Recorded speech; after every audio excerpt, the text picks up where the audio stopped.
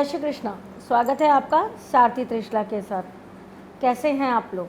मैं आपकी एस्ट्रोलॉजर हूँ, वास्तुशास्त्री हूँ, चेहरा भी पढ़ती हूँ, आवाज़ भी पढ़ती हूँ और हाथों की लकीरें भी पढ़ लेती हूँ। लेकिन उससे पहले सारथी होने का धर्म निभाती हूँ, इसीलिए बार बार छोटी छोटी बातों पर चर्चा करने आपके समक्ष चली आती हूँ। जाने अनजाने हम जीवन के अंदर बहुत सारी गलतियाँ कर लेते हैं, ऐसी गलतियाँ जो हमें पता भी नहीं होती और फिर उसका परिणाम हमें बहुत नकारात्मक रूप से भोगना पड़ता है।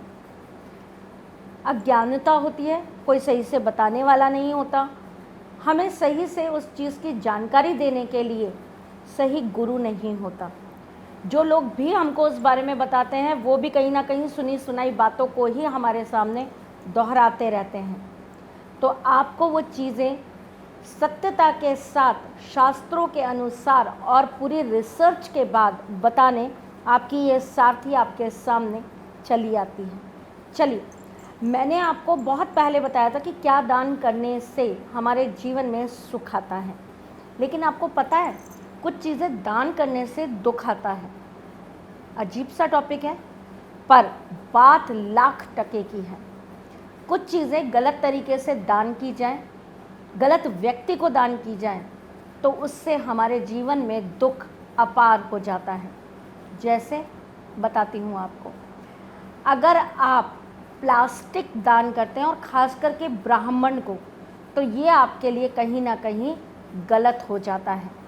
फटे हुए ग्रंथ या धार्मिक पुस्तकें जो फट जाती हैं उनको कभी भी किसी ब्राह्मण को दान नहीं करना चाहिए। जो पुस्तकें फट जाती हैं या जो पुस्तकों के अंदर कहीं से दीमक लग जाती है या कीड़ा लग जाता है, उसको मंदिर में या किसी ब्राह्मण को नहीं देना चाहिए। कभी भी किसी ब्राह्मण को लोहे के बर्तन के अंदर दान नहीं करना चाहिए। कभी भी आपको गुरुवार के दिन किसी ब्राह्मण को जाकर वस्त्र और ख़ास करके उतरे हुए वस्त्र दान नहीं करने चाहिए। पहना हुआ वस्त्र कभी भी आपको ब्राह्मण को देना ही नहीं चाहिए, चाहे गुरुवार हो चाहे कोई भी दिन हो, लेकिन विशेष करके गुरुवार के दिन तो आपको ब्राह्मण को कभी भी यूज़ करा हुआ कोई भी क्लॉथ या कोई भी कपड़ा नहीं देना चाहिए। आप एक चीज़ और समझिए, हमारे जीवन के अंदर दान का बहुत बड़ा महत्वपूर्ण एक स्थान है, लेकिन दान किसको दिया जाए ये भी एक बहुत महत्वपूर्ण चर्चा है। शास्त्रों के अनुसार ग्रह अपना व्यक्ति भी चुनते हैं जिनको हमको दान करना चाहिए। जैसे कि सूर्य के दान के लिए हमेशा हमें अपने से उम्र का बड़ा व्यक्ति चुनना चाहिए। चंद्रमा के दान के लिए हमेशा माता तुल्य या उम्र में बड़ी औरत चुननी चाहिए। मंगल के दान के लिए हमेशा ब्रह्मचार्य का पालन करने वाला व्यक्ति चुनना चाहिए।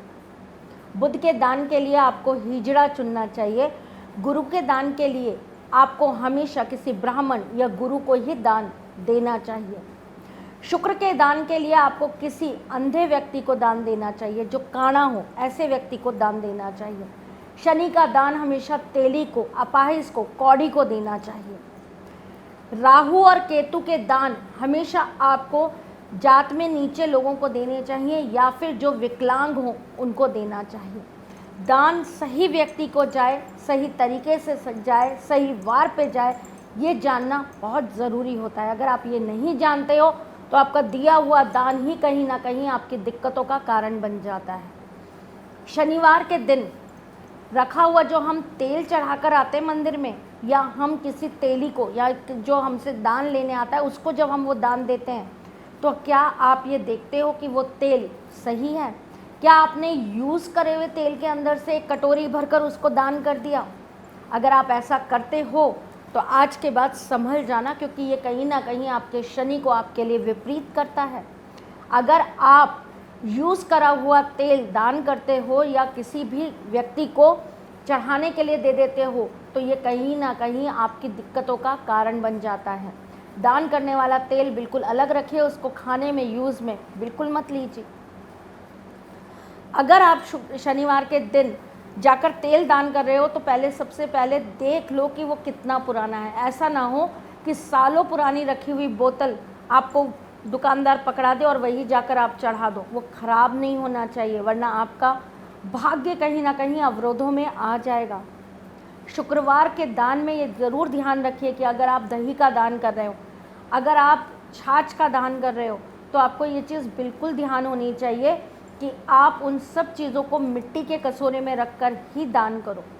कभी भी आपको कोई भी दान करना है तो आप प्लास्टिक को यूज़ नहीं करोगे, आप लोहे को यूज़ नहीं करोगे, आप हमेशा स्टील में करिए, या फिर अगर आपको कुछ समझ नहीं आता तो आप पत्तल में या फिर डिस्पोजेबल में करिए।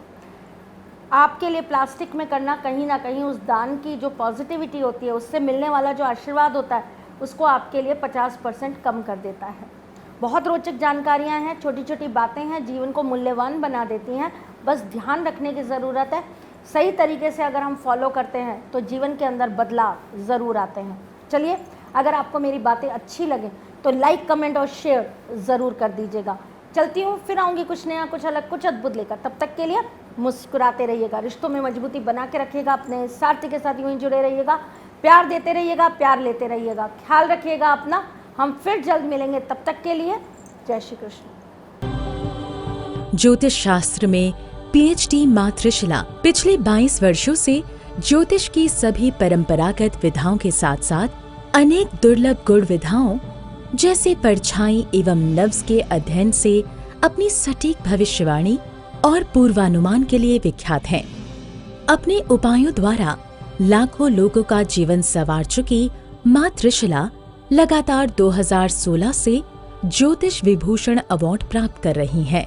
साल 2018 में उन्हें उत्तराखंड के मुख्यमंत्री त्रिवेंद्र सिंह रावत ने ज्योतिष विभूषण अवार्ड से सम्मानित किया था और साल 2016 में उन्हें राजस्थान में बेस्ट एस्ट्रोलॉजर के अवार्ड से नवाजा जा चुका है।